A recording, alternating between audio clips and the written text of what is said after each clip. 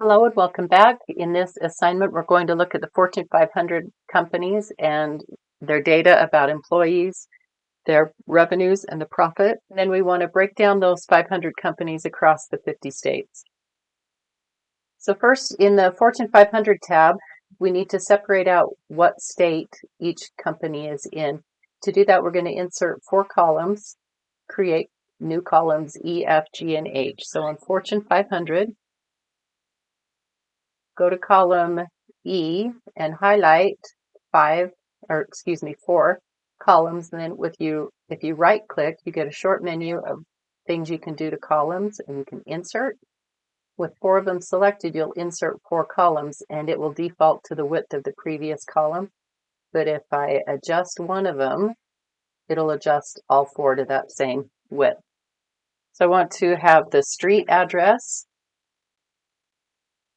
the city, the state, and the zip code. For the street address, that's fairly straightforward. It's all of the text that's in front of the comments. So that would be a text before. Select the full address, comma, your delimiter is a comma, so surround that in double quotes. And first instance, which is fine. And there's our street address. We can copy that down. For the city is in between the 2 commas. So we're going to do this 2 ways. First, I'll use a helper column, and then I'll do it again with a wrap function. So for the city, I want the text after, and from the address text, the delimiter, have it be a comma, and close that off. Now, since the delimiter was just a comma, I have an extra space right in front of the word Boise. So I'm going to go up and fix my delimiter to be a comma and a trailing space. Okay, now from this, let me insert a column here. I want to take the text that's before this, building off of that text, take what's before the comma. And now I get just the city of Boise. So I could copy that down, copy this down. Here's my city, and then to clean up my data, I could just highlight this column and hide it. Let me unhide it for just a minute. I'm going to take off that column and put the column name over here, and then hide the column. Your other option, and I will demonstrate it here, is to do that all in once. So it was the text after the comma and space, and then surrounding that, I want to do the text before and comma. So either way works. Now let's get the state. Looking at the state, it's after the last instance of the comma. So let me do text after. The text is the street address again, and the delimiter is going to be the comma, and I'm going to take that trailing space again so I don't have it on the front. Oh, except I need to count from the right. So after the delimiter, put a comma, and this time I'm going to use the instance number parameter to count from the right. So it gives me the text after the last delimiter. And then on this, you want to take the first 2 characters. So again, you could create a helper column and then hide it, but I'm going to go ahead and wrap this text after function in a left function. You take the left 2 characters, and when you wrap these functions, if you highlight a part of the formula, Excel will display what the result of that part of the formula is. Copy that down. For the zip code, seems like it would be straightforward. On the right of the text, take 5 characters, but take 5 characters. I had 1 comma too many. There we go. It turns out there's a little bit of a problem with this. I mean, this strategy works great. The data is a little bit off. So some of these addresses got copied in and they only have 4 characters for the zip code. There's no way that I can fix that just straight from the data that I've got, so I'm just going to leave it. Okay, with all of that filled in, we're going to want to start doing some querying on it. So I'm going to select all of these columns and then create named ranges just for everything. It's just easier. And now I have all of these named ranges. So now we can go back to the States tab. On the States tab, fill in column B with the 2-digit state abbreviation. That would be from the right. Take 2 characters. I'll copy that down. The full name will be, can't do a left because they have the states are different lengths of characters. For the full name, I want to do text before.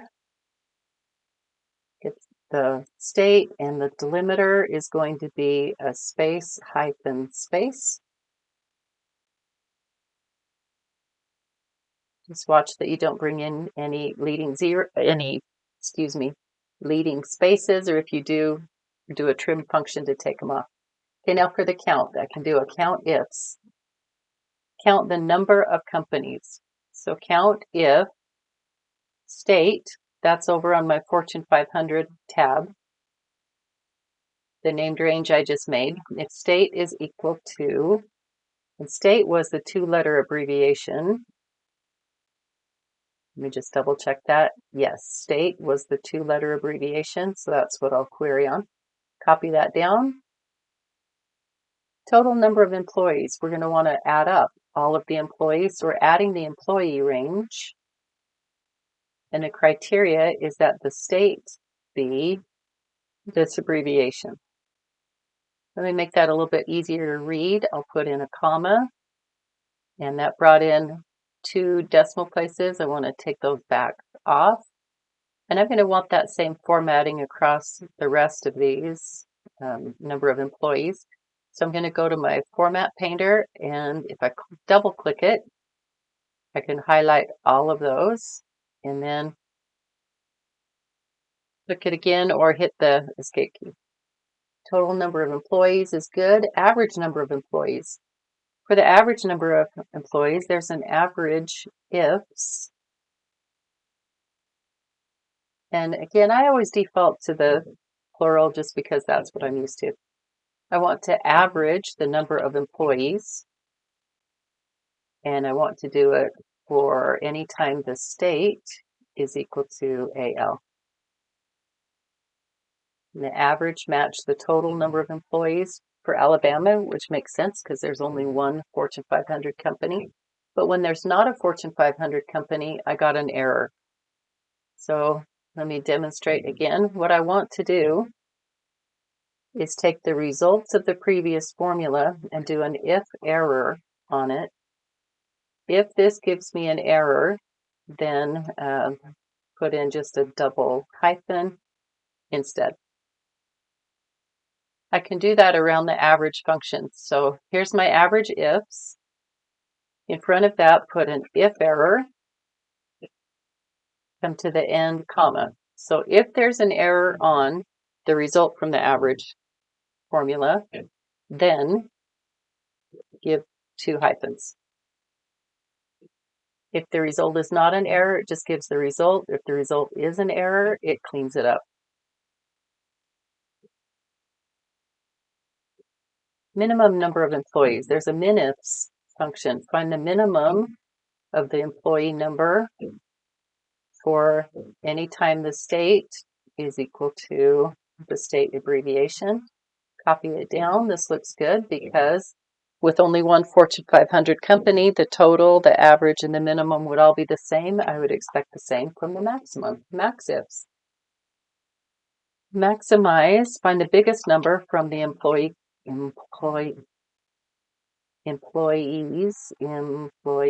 there we go.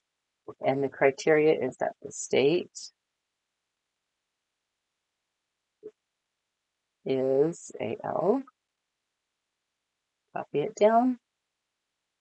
Okay, now for the total revenue, I don't want to count how many companies there are, or count how many times there's a revenue number. I want to add up all of them. This will be a sum ifs. Sum the revenue column, and the criteria, again, is that the state is equal to Alabama. This is a currency, so I'm going to format it, put in accounting format, and I don't need it to the nearest penny, so I'll again take off those trailing zeros, copy that down. For the profit function, I want to do another sum. This time I will be summing the profit column with the criteria that the state column is equal to Alabama. Let's put my formatting again, $, take out the decimal places. Okay, we've done all of our data. It looks pretty good. Looking at Arizona with 4 Fortune 500, total of 86,000. The smallest number was 5,000. The largest number was 33,000, and on average 21,000. That makes sense. 21,000 for 4 companies would be 86. Total profit for those 4 companies, ooh, not doing so well. Altogether, they're in the hole $2,900. 2,900 millions. All of this is in the millions. We're coming along nicely. Number 9, use the filter in the data tab. So I want to go to the data tab, filter, puts a filter across every column header. Filter for the states that don't have any companies. So that would be on the count column. Do the drop down arrow, unselect everything, select only the zeros and hit OK. Now we filtered out only the states that don't have a Fortune 500 company, and then we're going to highlight the names in yellow. And now when I click on the filter again and clear the filter, all of the states without a Fortune 500 company are in yellow. Find the top 10 states. So that would be by the count again. Highest number of Fortune 500 companies. I would want to select where I want the highlighting to go. On the Home tab, Conditional Formatting. This is now Top and Bottom Rules. Highlight the top 10, and it does default to a 10. You can change that to different numbers. So the top 1 was New York. Top 10, it automatically defaults to red with red text. You could change it to other options, but that's what was wanted, so that's perfect. We are done. Back to the Fortune 500 tab, we're going to create an interactive search. This is kind of fun. We're going to use what we've done so far. Say I want to count how many corporations are in Pittsburgh. So I will want to search the column, that city. Oh, and notice one other thing on the named range. When I made all of my named ranges here, notice that zip code has an underscore in it where it didn't here. That's because zip and then a space bar is not allowed in a named range. So Excel replaced it with an underscore. On the revenue in millions, there was a parenthesis, and Excel took that out because you can't have any special characters other than an underscore and a period. So search the city column, look for Pittsburgh. And now count how many times that happens. The command would be count ifs. My criteria is that the city column. So to make that a reference, I would do indirect. Indirect here. So go to the city named range and look for Pittsburgh. Count 4 of them. That should be only those 4. Let's just verify that. Go to the city, unselect. Let's find Pittsburgh. Yep, there they are. Okay. clear the filter. How about anything where the street address, except now that needs to have an underscore, street underscore address as my reference. There aren't any street addresses that contain Pittsburgh, but do any of them contain Broadway? Now it says 0, and I can see one right here, and that's because this cell doesn't contain Broadway. It contains 1221 space BROAB. So there is a wildcard character, which is the asterisk. The word Broadway can have anything in front of it, but it will end in Broadway. And now there are 5 that have that. If I wanted to filter that out, go to my street address. There are text filters if it contains Broadway. And there they are. 1 in Oakland, Cincinnati, and 3 in New York. And those 5. You can also have anything where let's do the county. And I want it to contain an O and an R somewhere, 65 of them. So on the county filter, contains OR. Forsyth, Gordon, Hartford. So it doesn't matter where the OR happens in here. Oh, one more quickly. If you wanted to search that the county was Harris, 17 of them. When you go to the county and you filter, you can also start to type in and it will bring up possibilities so that you can select just Harris and then hit OK. And there they are. If you highlight them and go down to the status bar, you can see that there were 17 of them. And since my search boxes were within the rows here, when it filters, it actually hides rows. So when I unfilter, my search comes back. Okay, between using the filter key and your interactive search with wildcards, you should be able to answer the questions that are contained on the Fortune 500 quiz. It'll go through and ask you to pull up different information, and I'm sure you'll do great. I'll see you next time.